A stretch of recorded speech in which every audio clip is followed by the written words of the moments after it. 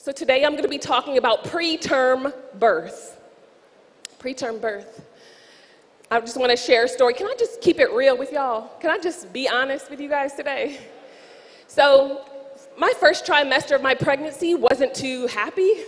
I was sick most of the time, but I'm still on the road traveling. We're doing all these different things. I'm a wife to my awesome husband, Heather Lindsey, who's here. Woo-woo! We have 2 children, a 4-year-old Logan and 2-year-old Taylor. So they keep us pretty busy. And mind you, I'm dealing with this night sickness and I'm getting attacked over and over again. One of my girlfriends gave birth to her son and I was so excited for her. But can I keep it real? I was a little bit discontent. I was discontent because I was tired of being pregnant and I just started. And I know pregnancy is a gift, and I've experienced a miscarriage, so I'm thankful that God opened up my womb, and I know He's got a plan for baby Roman, and I know He's going to do great things. But at the same time, I felt really discontent about my pregnancy. Like, why can't we just be done with this whole thing? I just want to be finished. I don't feel like being pregnant anymore. God, you keep on putting more on my plate, and my body is not really feeling this. So as I began to complain, I kind of got over it and kept going. Second trimester came, which is what I'm in now, and it got better. As I began to study for this message, I asked the Lord what He wants me to teach on. He brought back into remembrance my frustration, my venting to God. And what He told me, what He reminded me of this, is He said, Heather, what would have happened if you would have given birth at about 8 weeks? Oh, I would have miscarried. 9 weeks, I would have miscarried. 12 weeks, miscarried. And He said to me, the baby would not have been able to survive. And I'm like, you're right, Lord. So I'm glad that He's still in there cooking and we're doing good. So I want to tie this back into your own life. What are you trying to spiritually birth right now that is not fully developed? What are you trying to birth right now in your life that's not fully developed?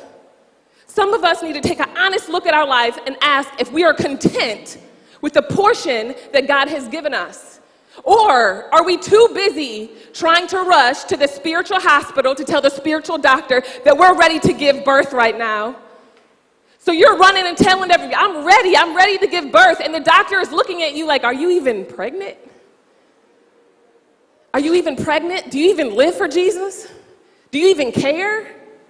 Because the truth is this, we all know that we have a plan and purpose based on Jeremiah 1:5. God says that when you were in your mother's womb, I assigned you with a purpose. And you see, when you give your heart to Jesus, you give your life to Jesus, you truly begin to walk out that purpose. I don't have to tell my baby to grow. It's going to grow.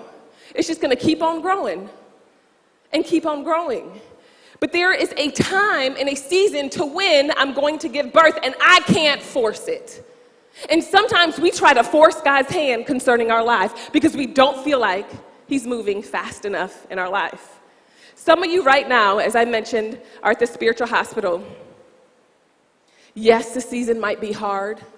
Yes, you might not understand why you're going through these tests and trials.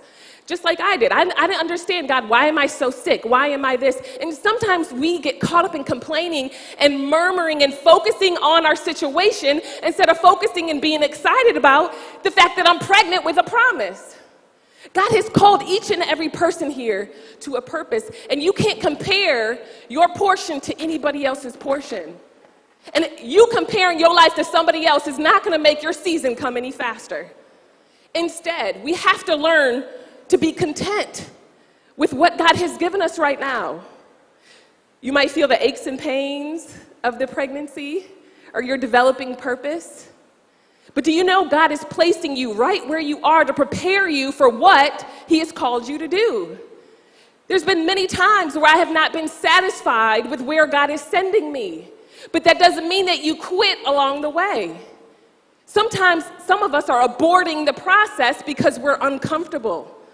You're not happy. God, you haven't come through fast enough. I want to see the manifestation. And I love the theme of this, the journey to the manifestation, because there's a journey before you actually see what God has called you to do. Some of you are thinking, oh, well, I don't have a stage, or God didn't blow up my business idea. He didn't do all that. It's not time for Him to do that. And if He did do it, you wouldn't be ready. because you are not fully developed and ready to do what God wants you to do. I'm going to go to Genesis 6. We'll talk about Noah. Very familiar. Noah 6 and verse 9. These are the records of the generations of Noah. Noah was a righteous man. He was blameless in his time, and Noah walked with God. He became the father of 3 sons. Verse 11, now the earth was corrupt in the sight of God, and the earth was filled with violence. So God looked at all the earth, and he was just tired of it. He said to Noah in verse 13, the end of the flesh is coming before me. The earth is filled with violence, and because of them, and behold, I'm about to destroy them with the earth. Make yourself an ark of gopher wood, and you shall make the ark with rooms, and it shall cover the inside out with a pitch. This is how you make it. He begins to give him instructions on how to do it. Verse 17, behold, I'm bringing a flood of water upon the earth to destroy all flesh, in which is the breath of life from under heaven. Everything from under it will perish. What's interesting about this is God begins to give instructions to Noah. It took Noah 120 years to build this boat. But what you don't see during that time of him building the boat is Noah looking for the wood. Because God gave him a specific wood to go search for.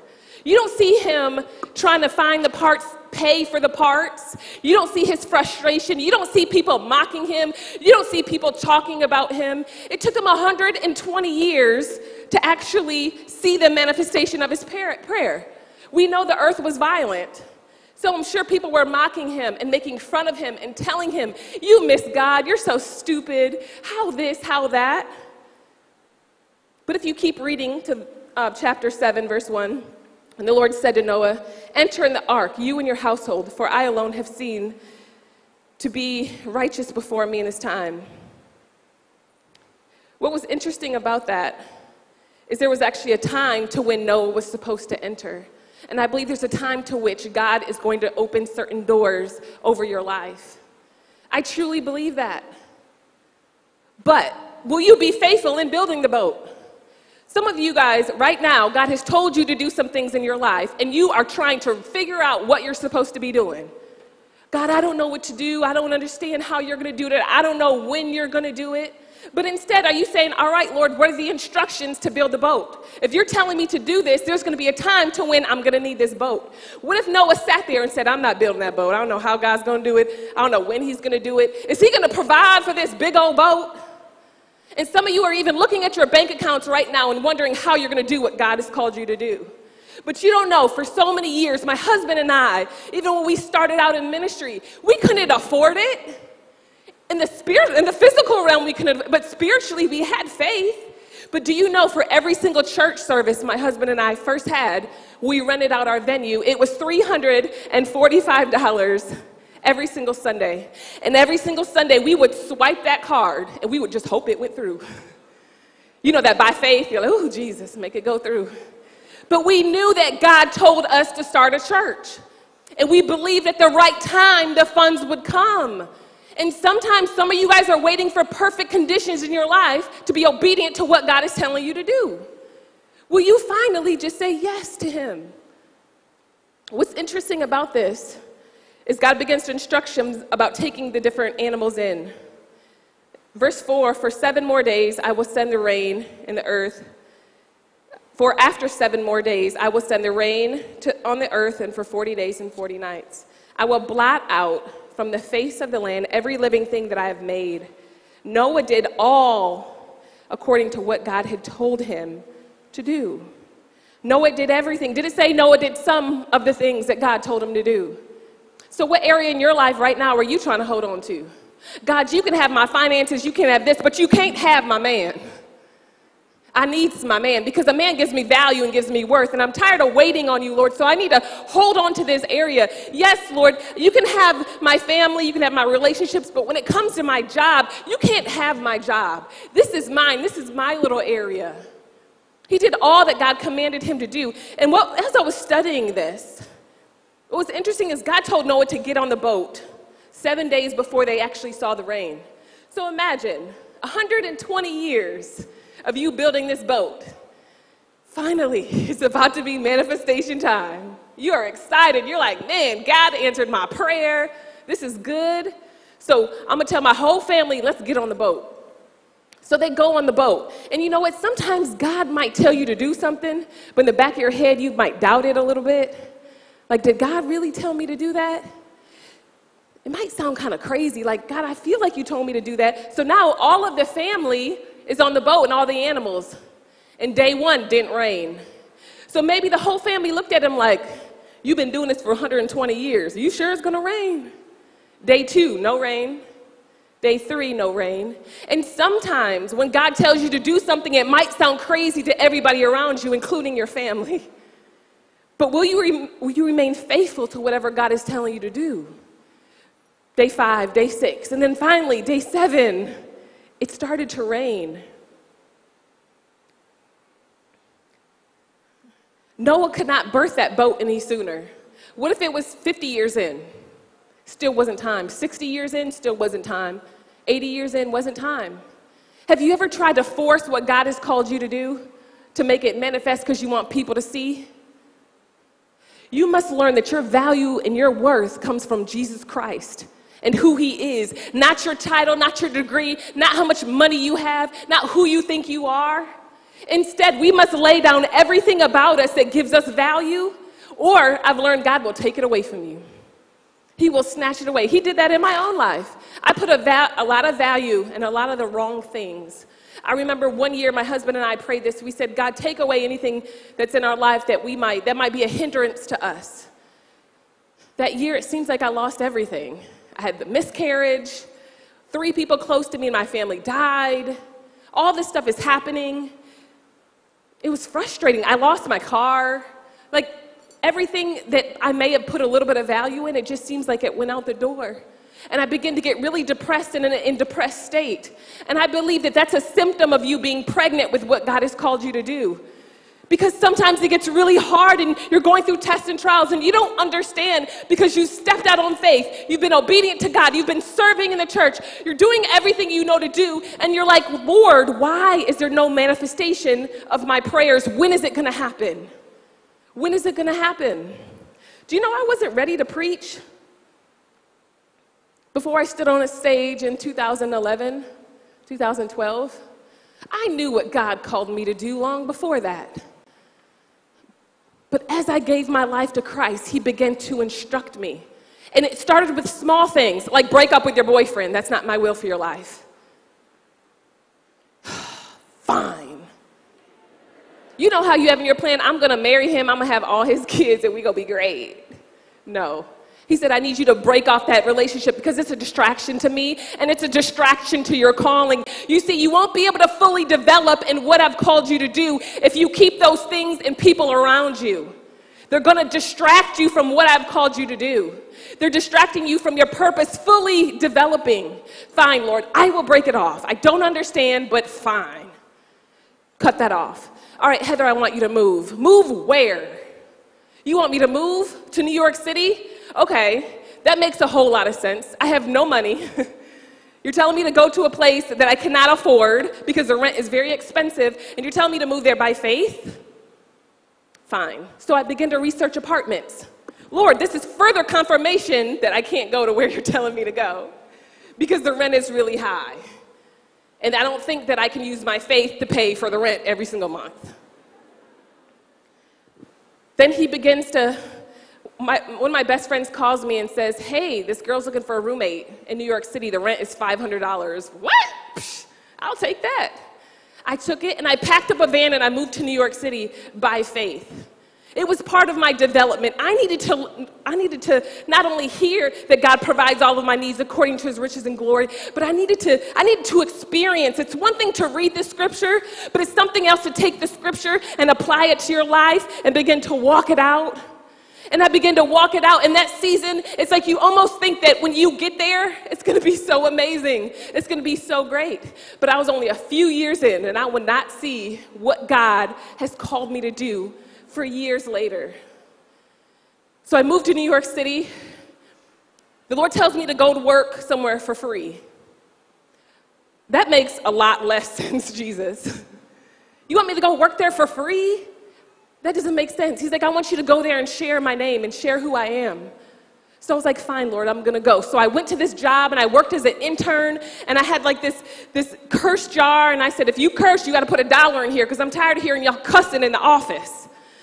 So I had my curse jar and I had my worship music playing, and I knew I was there for a purpose. I knew it was a part of my development. It was part of my training. Yes, I didn't understand completely the big picture, but God was preparing me then for this moment. He was preparing me then for ministry. I was a really big wimp, and I used to cry about everything. But working at that job broke me really quick. My boss used to cuss me out every single day. I used to work 80 hours a week, and mind you, I'm not getting paid. And throughout this process, the Lord began to show me, Heather, your worth is in you. Your worth is in me, and it's not in you. You got to get your eyes off of yourself. You have to get your eyes off of who you think you are and all of your degrees and your title and your money. Instead, I learned that I am absolutely, positively nothing without Jesus. And He is all I need. He provides all my needs according to His riches and glory. So throughout that process, I'm working. God begins to move me. And I start serving at my church. Have you ever served at a church and felt unappreciated? Yeah, that's how I felt. I worked in 5 different ministries. And then at first I felt unappreciated, and then the Lord reminded me that it's not about you. Are you really here to serve me? Are you trying to serve and get people to notice you at church and notice your service? So I got real free from that. I just began to serve, and people would hurt me at church, and I didn't understand. I came to this place, for healing and to walk in what God has called me to do. And I knew I was called to preach. I knew, but it wasn't my time. I wasn't going up to the pastor. I need to preach. Where's a microphone? I need to get on the stage. Because it was not time. I wasn't developed yet. God wasn't fully developing me yet for what He had called me to do. I didn't go in there and tell them, oh, my gifts and talents are not being used here. I'm going to have to leave now. I knew God called me to preach. I used to preach sermons in my bedroom to myself, and I did an altar call, and I went to my altar call by myself. I used to be laid out, snot, everything. I knew God was going to use me, but I just didn't see the manifestation, and that's because I was still going through a journey in my life, and what God was doing, He was breaking me and showing me and taking out the wrong areas in my character.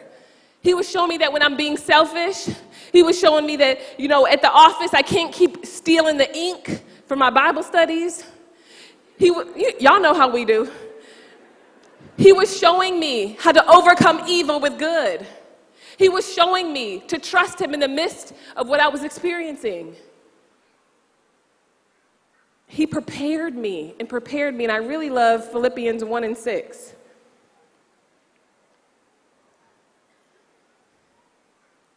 Philippians 1:6. For I am confident of this very thing, that He who began a good work in me will perfect it and complete it until the day of Jesus Christ. 9 years I knew I was called to preach, but God sent me to corporate America. He did not send me to a stage. And guess what? God is not sending you to wherever He's sending you right away. There's a preparation, there's a journey that you're going to have to go through with the process. But will you be faithful to what He's telling you to do? 9 years of corporate America, 9 years of serving at local churches, 9 years of praying and trusting God. And it's not like, oh, I arrived when I got on the stage, because I was just getting started. But I truly believe that God was preparing me and developing me for what He called me to do for years before I saw the fruit of it.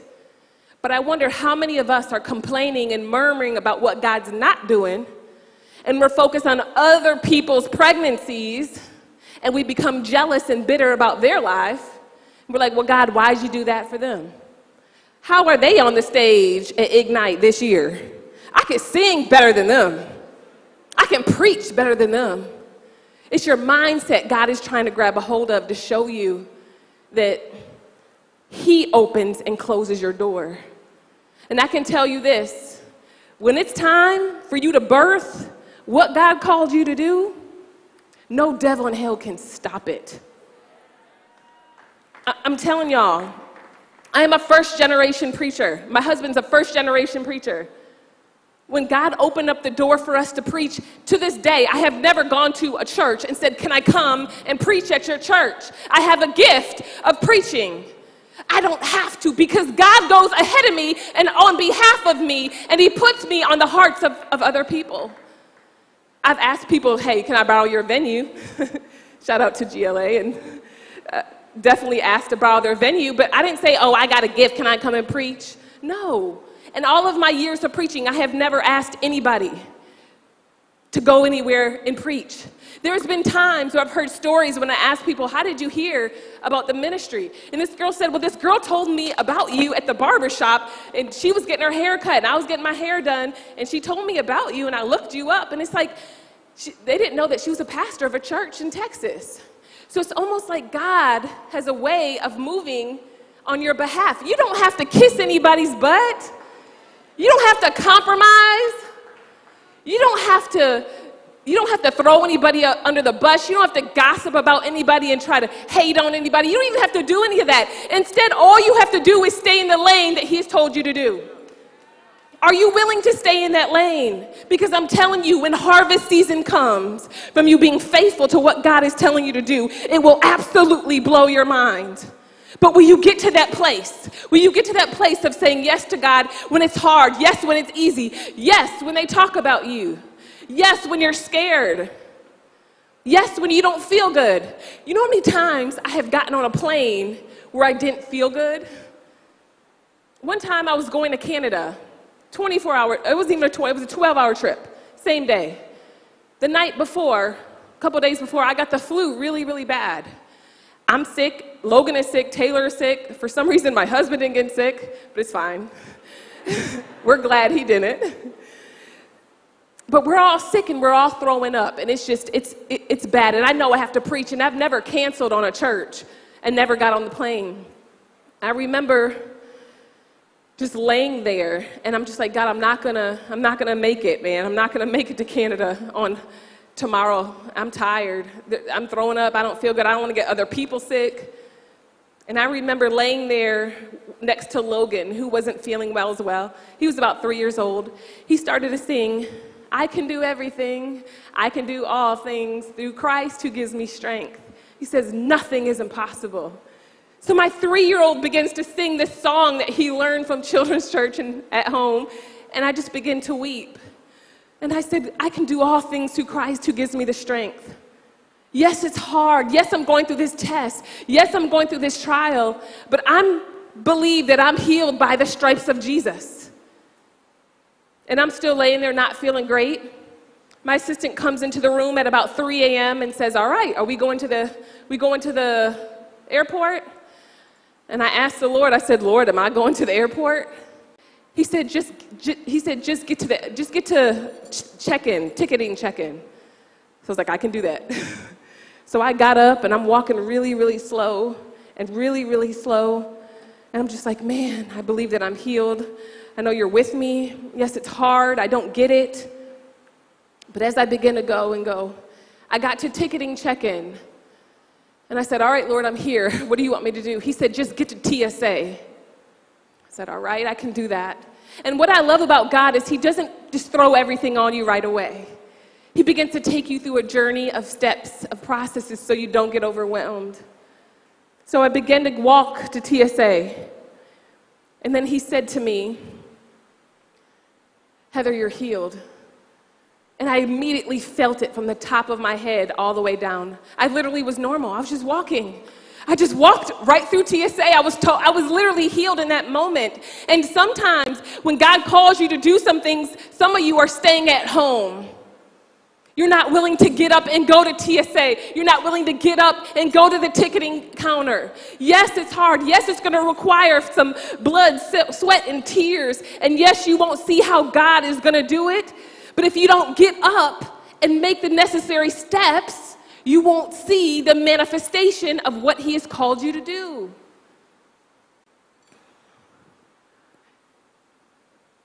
Are you willing to take those steps? You have a part to play in this. You have a part to play, and it's called obedience. You have a part to play with every single prayer I've ever prayed, everything I've ever gone through, I look back and I'm thankful for the journey. The journey is where you travel from place to place, and the manifestation is actually the physical part of it. And we get excited about the physical part of it, but we don't like the journey that it takes to get there. So are you willing to say yes to go on the journey of what God is telling you to do? Are you willing to, even if people talk about you, even if you don't understand, even if it's hard, are you willing to say yes to him along the way? Remember, he said, I will complete and I will finish what I started in you. Some of us need to start saying and being honest with God. God, I don't trust you. I don't trust that you're going to finish what you started in me. So instead, I'm going to try to figure out my own life and my own thing. You know, God can work with your honesty. If you could just be honest with him. Lord, I feel like a failure. I feel like I missed you. I feel stupid, God. I feel like you're not going to ever use me. And he can begin to reveal the different parts of your heart of where you got that from, so he can address it and heal you from those things, and you can continue to do what he has called you to do.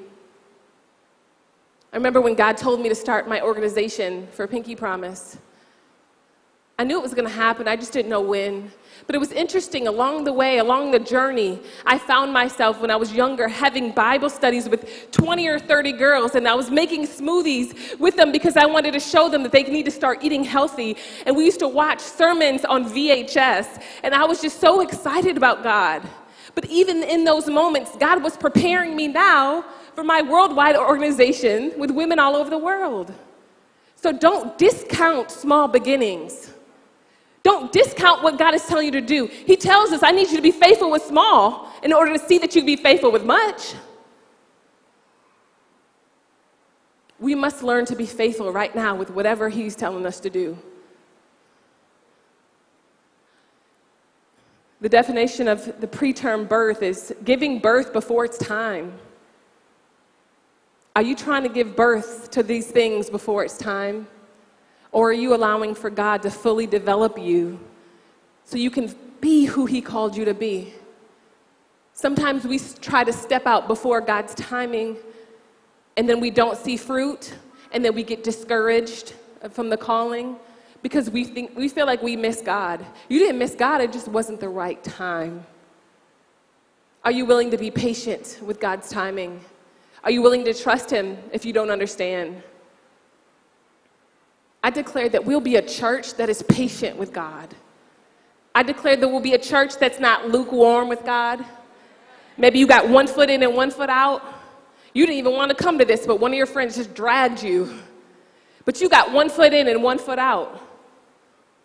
But you will never see the manifestation of what God has truly called you to do. He created you while you were in your mother's womb. He assigns you with a purpose. He knows you, and because he knows you, he knows what's best for you.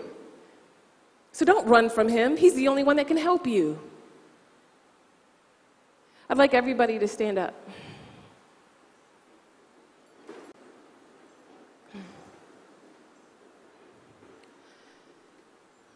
When I birthed what God called me to do, and he continues to develop me and continues to prepare me, don't get me wrong.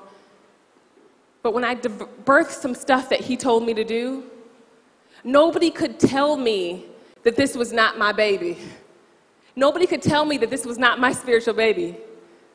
No one could tell me that what God has called me to do, that wasn't what he called me to do. You couldn't come right now and try to tell me, Heather, you've not been called to preach. You've not done this. No. You see, I've seen too much of the faithfulness of God while I was being fully developed. It doesn't matter what you have to say. It doesn't matter how you feel about me. I'm still going to do what God has called me to do. But this confidence comes in the journey. It comes in the process. You get real free from people in the journey, in the process. We can't run from that. So today I want to pray for people that are in this room that maybe you have been aborting the process. Maybe you've been running from God. Maybe you just need some encouragement to keep going. And this is a big one. If you've been weary, if you're feeling weary in the journey, you feel like, yes, God has called me to do this thing, but I feel weary. I'm tired. I don't know when God is going to come through. I don't know how he's going to do it. If you're weary and you're tired and you need prayer for that, then we're going to pray for you today. You didn't come here just because. We believe that God is going to do something great this weekend. We believe that we will see breakthrough in this place this weekend. So if you're struggling with those things, maybe you even feel like, I don't have a purpose, but you do. And God will reveal it to you. You don't have to worry or fear. All you have to do is say yes to him. If you've also never given your life to Jesus, this is the day that you will give your heart to him. I'm telling you, he will do exceedingly abundantly above all you could ask or even dream of when you say yes to him. Thank you for watching today's sermon. Subscribe now to get an update on when the latest sermon arrives.